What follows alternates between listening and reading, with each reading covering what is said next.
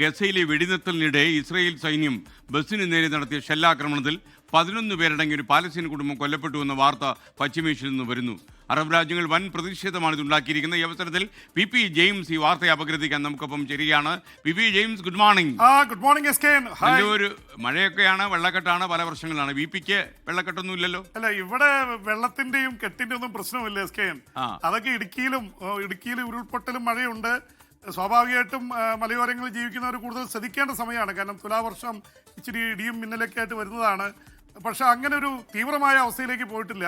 അതുകൊണ്ട് ഉള്ളിലെ വെള്ളക്കെട്ടല്ല, എന്താണ് പറയുന്നതെന്ന് എനിക്ക് മനസ്സിലാകുന്നുണ്ട്. അതുകൊണ്ടാണ് ഞാൻ വെള്ളവും കെട്ടും നേരിയ സംശയം വന്നു എനിക്ക് തോന്നി.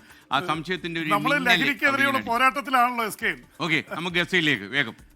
എസ് കെ, ഇസ്രായേൽ അതുപോലെ തന്നെ ഹമാസും തമ്മിൽ വെടിനിർത്തലായെങ്കിലും 8 ദിവസം കഴിഞ്ഞിട്ടും യഥാർത്ഥത്തിൽ വെടിനിർത്തലായില്ല എന്ന് പറയേണ്ടി വരും.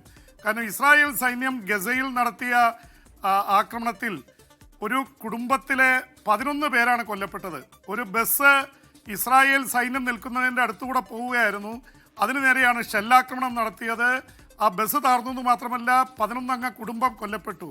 അവർ ഗസയിൽ പലായനം ചെയ്ത ശേഷം തങ്ങളുടെ വീട് അന്വേഷിച്ച് പോവുകയായിരുന്നു. ഇസ്രായേൽ പറയുന്നത് ഞങ്ങളുടെ സൈന്യം അവിടെ കടക്കരുതെന്ന് പറഞ്ഞ യെല്ലോ ലൈൻ കടന്ന് ഞങ്ങളുടെ സൈന്യത്തിന് നേരെ വന്നപ്പോഴാണ് സംശയാസ്പദമായി ഞങ്ങൾ ഷെല്ലാക്രമണം നടത്തിയെന്ന് പറയുന്നു. പക്ഷെ യഥാർത്ഥത്തിൽ അത് ഇസ്രായേലിൻ്റെ ഭാഗത്തുനിന്നുണ്ടായ വീഴ്ച തന്നെയാണെന്ന് റിപ്പോർട്ട് വന്നിരിക്കുന്നത്. ഇസ്രായേൽ പലയിടത്തും ഇപ്പോൾ ഈ വെടിനിർത്തൽ കഴിഞ്ഞ ശേഷം ഇസ്രായേൽ നടത്തിയ ആക്രമണത്തിൽ 30-ലേറെ പലസ്തീനികൾ കൊല്ലപ്പെട്ടിട്ടുണ്ട്.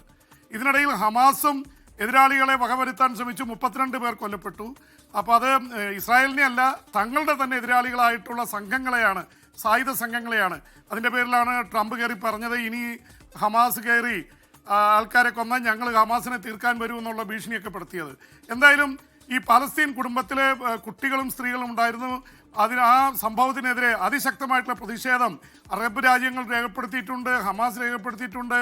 ഇത് വെടിനിർത്തൽ കരാറിൻ്റെ ലംഘനമാണെന്നുള്ള ആരോപണം വന്നിട്ടുണ്ട്. എന്തായാലും പ്രശ്നങ്ങൾ പെട്ടെന്ന് തീരുന്ന ലക്ഷണമില്ല. എന്നാൽ പോലും 2ാം ഘട്ട ചർച്ചയ്ക്കായിട്ട് അമേരിക്കയുടെ വൈസ് പ്രസിഡന്റ് JD വാൻസ് ഇസ്രായേലിൽ എത്തും എന്ന് റിപ്പോർട്ട് വന്നിട്ടുണ്ട്. പക്ഷേ ഇസ്രായേൽ പറയുന്നത് ഞങ്ങളുടെ ബന്ദികളുടെ മൃതശരീരങ്ങൾ മുഴുവൻ വിട്ടുകിട്ടാതെ ഞങ്ങൾ ചർച്ചയ്ക്കില്ലെന്നാണ്. എന്തായാലും അമേരിക്ക നേരത്തെ കൂട്ടി 2ാം ഘട്ട ചർച്ചയ്ക്ക് വരാൻ തയ്യാറായി നിൽക്കുകയാണ്. അവരുടെ പ്രതിനിധി സ്റ്റീവ് വിറ്റ്കോഫും വരുന്നുണ്ട്. അപ്പോൾ ഇത് ഈ ഒരു തരത്തിലാണ് കാര്യങ്ങൾ പോയിക്കൊണ്ടിരിക്കുന്നത് സ്കേൻ.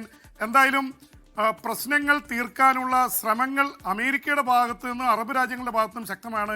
ഇസ്രായേലിന് പെട്ടെന്ന് പ്രശ്നങ്ങൾ തീർക്കാൻ താല്പര്യമില്ല. അതിനിടയിൽ ഇസ്രായേൽ ബന്ദികളുടെ 2 മൃതശരീരങ്ങൾ കൂടി ഹമാസ് അവശിഷ്ടങ്ങൾക്കിടയിൽ നിന്ന് കെട്ടിടാവശിഷ്ടങ്ങൾക്കിടയിൽ നിന്ന് കണ്ടെത്തി തിരിച്ചു കൊടുത്തിട്ടുണ്ട്. ഇവിടെ 15 മൃതശരീരങ്ങൾ, പലസ്തീനികളുടെ മൃതശരീരങ്ങൾ ഇസ്രായേലും കൈമാറിയിരിക്കുന്നു. ഇപ്പോൾ ഇസ്രായേൽ പറയുന്നത് മൃതശരീരങ്ങളൊക്കെ ഹമാസിൻ്റെ കയ്യിലുണ്ട്, അവർ ബലം പിടിച്ചുകൊണ്ട് നെഗോഷിയേഷന് അല്ലെങ്കിൽ കൂടുതൽ ബാർഗെയിന് വേണ്ടിയിട്ടുള്ള ശ്രമത്തിലാണ്, വിലപേശുകയാണ് എന്നുള്ള ആരോപണം ഉന്നയിച്ചിട്ടുണ്ട്. പക്ഷേ പ്രശ്നങ്ങൾ തീർക്കാനുള്ള ശ്രമങ്ങൾ ഖത്തറും ഈജിപ്തും കൂടി കൂടുതൽ ശക്തമാക്കിയിട്ടുണ്ട്.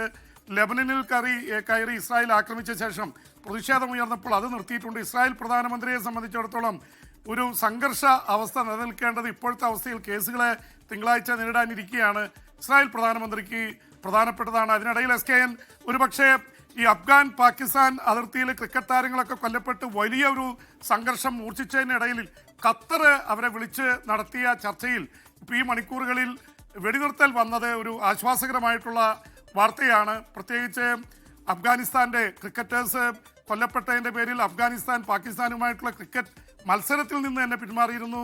അപ്പോൾ ക്രിക്കറ്റ് യുദ്ധം എന്ന തരത്തിലേക്ക് വരെ വന്നിരുന്നു. അഫ്ഗാനിസ്ഥാൻ ഏറ്റവും one of the best cricket playing ടീമാണ്. റാഷിദ് ഖാൻ അവരുടെ ക്യാപ്റ്റൻ, ഇന്ത്യയും പാകിസ്ഥാനെയൊക്കെ വിറപ്പിച്ച ക്യാപ്റ്റനാണ്. അഫ്ഗാനിസ്ഥാന് നല്ല ക്രിക്കറ്റ് ടീമുണ്ട്. അപ്പോൾ ആ തരത്തിലേക്ക് ത്രിരാഷ്ട്ര ക്രിക്കറ്റ് തന്നെ ബഹിഷ്കരിക്കുന്ന തലത്തിലേക്ക് കാര്യങ്ങൾ എത്തി. ഇന്ത്യ വളരെ ഇതോടുകൂടിയാണ് ഈ നീക്കങ്ങൾ കാണുന്നത്. കാരണം ഇന്ത്യ ഇപ്പോൾ അഫ്ഗാനിസ്ഥാനെ പിന്തുണയ്ക്കുന്ന അവസ്ഥയാണുള്ളത്. SK, ലോകത്തെവിടെയായാലും ഏത് സമയത്തും 24 വാർത്തകളും ഓഗ്മെന്റഡ് റിയാലിറ്റി പാക്കേജുകളും എക്സ്പ്ലെയിനറുകളും വിശദമായി കാണാൻ ഞങ്ങളുടെ യൂട്യൂബ് ചാനൽ നിങ്ങൾക്ക് സബ്സ്ക്രൈബ് ചെയ്യാം.